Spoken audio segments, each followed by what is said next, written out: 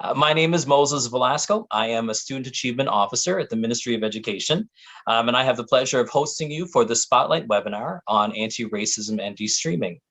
Before we begin, I'd like to note that this is a recorded session, so we invite you to just fully participate in the session.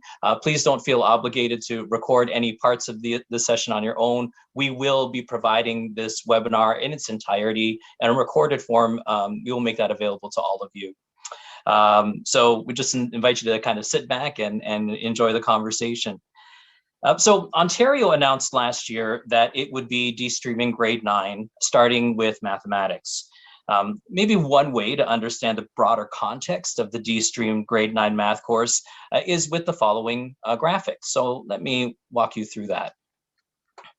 So when we looked at kind of what was happening in our social, political kind of world, we saw that there were calls, especially in light of last summer's events down in the United States with George Floyd. We saw calls for fights against racism and discrimination. And the Minister of Education at the time signaled that he was interested in addressing racism and discrimination within education, and that the work of anti-racism and anti-discrimination broadly in education was work that we would take on. So within that broader context, we realized and recognized that streaming was being used and manifested for discriminatory reasons. And so to address anti-racism and anti-discrimination, we then needed to de-stream. And so de-streaming would be the first, I guess, or a particular strategy as part of the broader anti-racism and anti-discriminatory work that we're taking on here in Ontario. So with de-streaming, we would have to then think about the curriculum that would need to be revised to reflect de-streaming. And so grade 9 mathematics is the first grade 9 compulsory course that has been de-streamed, and it's released. That curriculum was just released last week.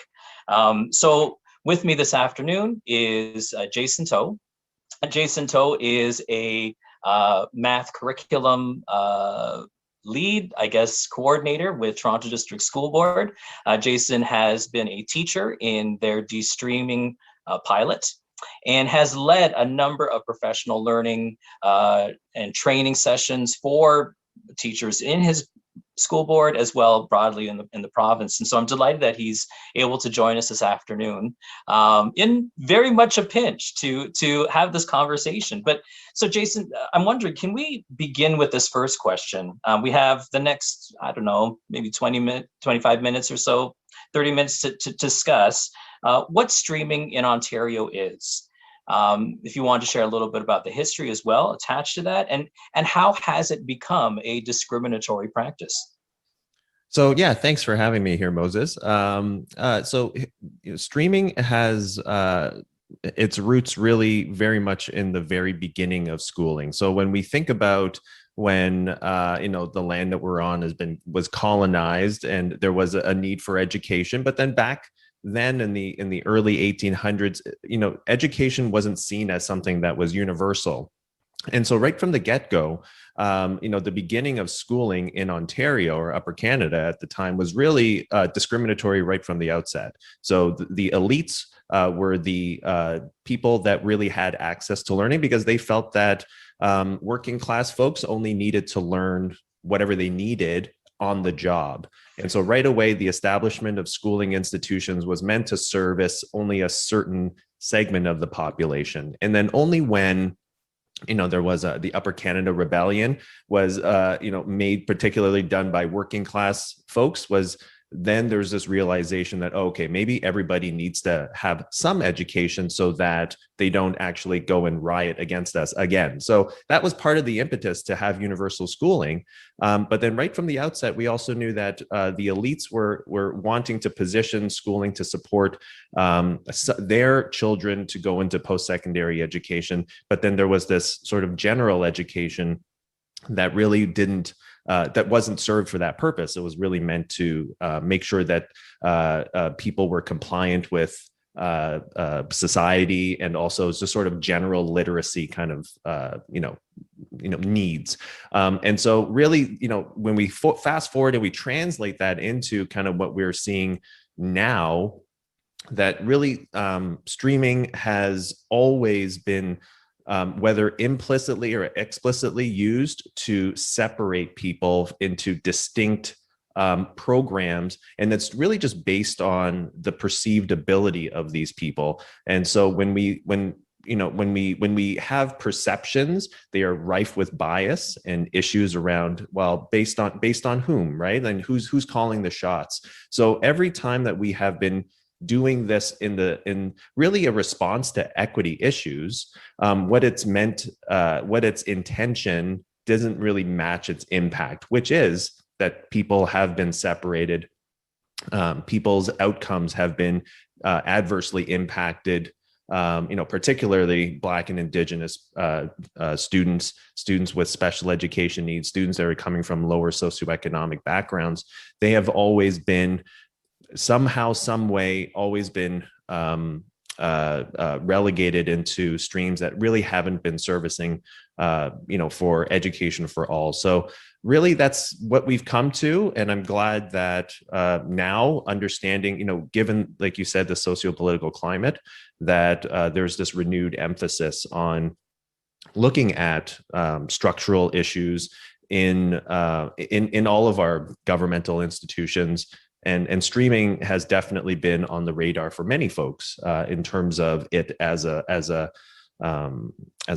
something that has been perpetuating systemic racism in Ontario.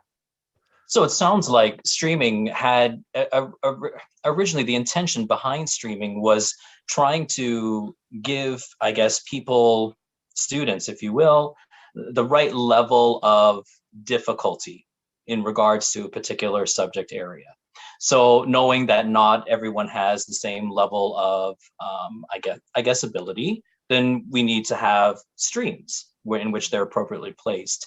But what we have found is that this intention to give appropriate education to people based on levels of difficulty, our own biases, our perspectives of what people, our students in particular, are capable of, has crept into where these students are judged to be and then streamed and placed. And what has been some of the impact of doing this? So we know that on these biases in particular around racialized groups, Black students, Indigenous students, students with special education needs, students from low socioeconomic status, what has actually been the impact on these groups of students long term, the impact of streaming been? So I think we have to be clear first that streaming, while it's been localized right now in grade 9, and we're looking at mathematics, we know that streaming has its, has the inception of it in terms of how students feel it happens very much earlier, as early as kindergarten. The second that someone steps foot in our education system, we know that students have different experiences of schooling based on the bodies that they are in. And we know that, and I hope that we're working towards remedying some of those issues. But we know, looking at all of our data, and this isn't just data that is recent. We know from historical data, data from the Toronto District School Board, but also data from across Ontario, that students that are in the Apply program have rates of entering post-secondary education far lower than students that are in the academic program. We know that students that enter the college preparation stream after having taken applied courses, more than half of those students are not actually making it into post-secondary education. We know across the province, actually, only 1 in 3 that go through that stream make their way into post-secondary education. And now, in the 21st century, from the federal government's own reports, is that over 70% of the jobs in the future require some form of post-secondary education. So when we're asking students to be taking this stream that has been meant for their ability, quote unquote, and we can't really articulate ability very well as people and as educators. It's really hard to quantify what that is, and let alone judge it appropriately. But to have students in that stream for this, for the purpose of promoting equitable outcomes, it's actually not been doing its job. And what is the worst part of this is exactly going back to who is being disproportionately placed in those streams, right? We're talking about Indigenous and Black and racialized students, and students that have always been marginalized in our society. So when we're thinking about streaming, while we thought that, its intention was to, promote opportunity for students, we're seeing the exact opposite. It's exacerbating existing societal inequities, and it's high time that we are deciding to put an end to that. And now the challenge really is not just disrupting those structures, but then the practices that happen in classrooms, because we know that it's not enough. It's necessary but insufficient to support equity in schools. We know that having students in one room will help, but the practices within those classrooms by educators needs to be inclusive, needs to be culturally responsive. Otherwise, we run the risk of potentially doing more harm. Thank you. The focus of our Spotlight webinar this afternoon was really connecting anti-racism and anti-streaming. Can we zoom in on that a little bit more? Yeah. And so we've talked about, I want to talk specifically about racism and discrimination and streaming.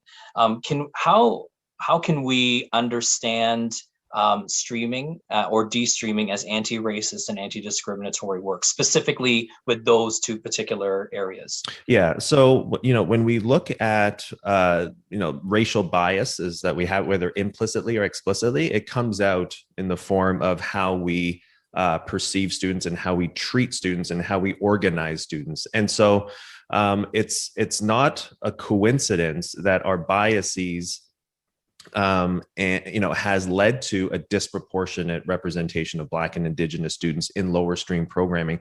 And that causes this feedback loop of this narrative, right? This continuous narrative that perhaps, racialized and Black students, they cannot,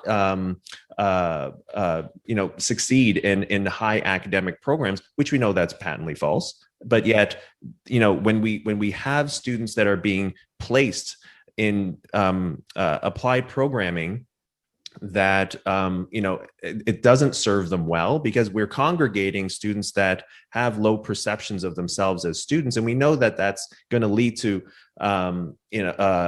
behavior that is non-academic, because everyone's just feeling like they don't belong there, and then that leads to lower expectations of the teacher and so on. So we're putting racialized students into what is actually worse learning environments for students. And so we're again thinking that we're helping, but it's also the biases that we're feeding into this that's also causing the problems that we're facing in the first place. So we're actually creating our own problems, and it's been this constant feedback of just never-ending cycle, which is why when we're talking about de-streaming, that's the act of anti-racism. It is disrupting this cyclical pattern of pushing students, racialized students, Black students, into an applied stream that isn't servicing them. And we have lots of anecdotal evidence, in addition to the quantitative evidence, of students, Black students, being actively pushed out of the academic stream and into applied for whatever reasons. It's and they're being treated differently. We look at the research of Carl James over at York University. There's a report that very clearly shows the schooling experiences of Black students in the GTA, and streaming is essentially been weaponized to remove students and put them in somewhere else in service of the more privileged. So streaming is a structure that has been used to remove and to other. And I mean, that's why de-streaming is really the only way to go, because as long as that structure exists, that will always be used to remove students. And we can't have that anymore. We need everybody in an inclusive space, because again, the research is showing that is what is going to best service everyone. I'm reminded of some of the things you're speaking about in terms of policies that may have been well intentioned, how we have used them to discriminate and allow our kind of broader biases against particular groups of students play out in their education. And then it just replicates or feeds into this cycle that just keeps repeating itself generation after generation. So I'm reminded of Ibram X. Kendi's book, How to Be an Anti-Racist. And he speaks about, if we really want to engage in anti-racist work, we really have to go after policies that enable That's right. racist beliefs, racist action to take place. And so but what that speaks to is systemic racism. We're not talking about individual acts of racism against individuals. This is about ensuring that, or recognizing that there's a system at play here that is harmful and needs to be dismantled. So what the reason why I'm sharing that is because I think that something we want to be thinking about broadly across the province is that we have not all our communities in the province are the same. They don't all look the same. They don't have the same makeup of families and students. So I'm wondering if you might have some ideas around how we can think about de-streaming being anti-racist work if we are in communities, in school communities or school boards where we don't have self-identified Black students or self-identified Indigenous students in our classrooms. Yeah, I mean, like we live in such a global world now that, maybe we don't have that kind of racial diversity in our immediate neighborhood, but in our kind of global virtual neighborhood, which we're all a part of. We're just one click away from interacting with people that look completely different than you. And so when we're thinking about creating global citizens, whether you're in Toronto or Timmins or Sioux Lookout, wherever you are, we have a responsibility of building citizens that will not continue to replicate the issues that we currently are in. And the idea of windows and mirrors, right? Like this idea in our classrooms where we want students to see themselves reflected in the curriculum and in the teaching and in all the processes. But then we also want to have this opportunity for students to learn about another culture, because that will help enrich their own learning and really to help to see that we're all much more common than what we think we are, right? And so I think it's incumbent upon every classroom in every school in the province to start to think about, well, how do I bring in other cultures? Not necessarily because it's reflective of who's in the room, but as a way to learn about the world around us, because we need citizens in Ontario that are that embrace diversity and cherish it and value it. And the only way to do that is to continue to tell stories of other cultures and communities. And de-streaming is not just about racism. Like as we've mentioned, the marginalization is very vast. So just because also you may not see this as an imperative of race because you may not be in a diverse community, we know that every community also has diversity of income, diversity of ability or disability, which streaming also impacts. So if this idea of race is not necessarily resonating with you, just know that the diversity always exists in your schools in many different ways, and streaming impacts everyone. But specifically about race, again, we want to have opportunities for all of our students to see others and to enrich their own understanding of themselves then as well. Thank you.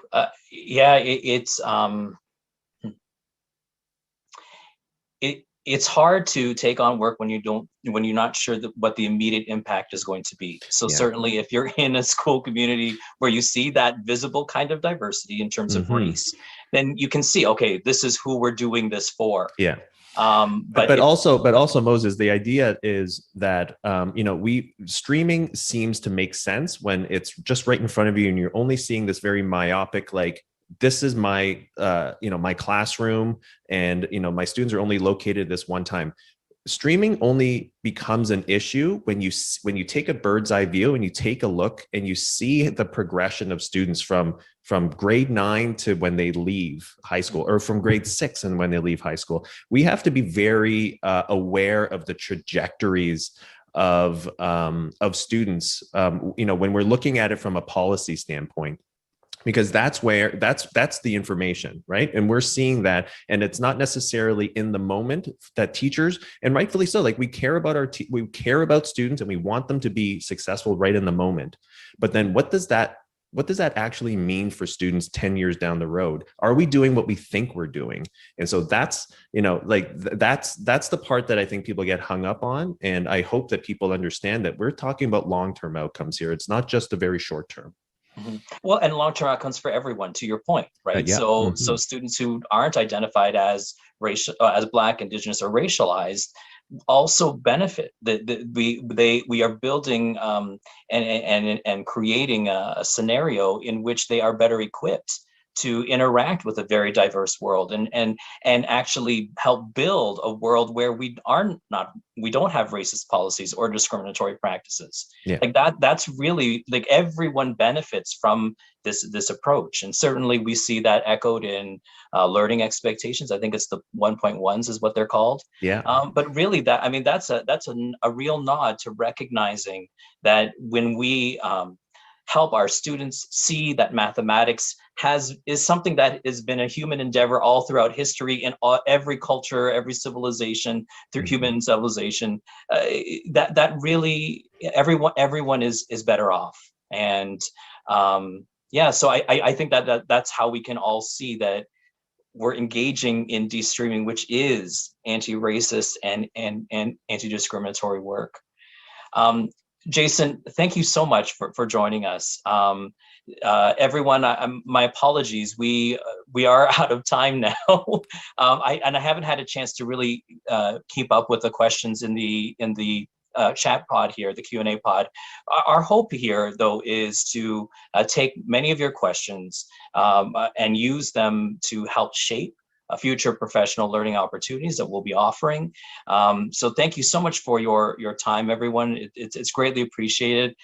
Those of you who are with us from the very beginning and you were waiting so patiently for us to begin, we appreciate your patience. Jason, thank you so much for your willingness to come in and help out with this webinar. It's my pleasure. We look forward to speaking with you in the future. Everyone, thank you so much. Hope you have a wonderful day, and keep looking out for additional learning opportunities that we'll be offering. Thank you very much, everyone.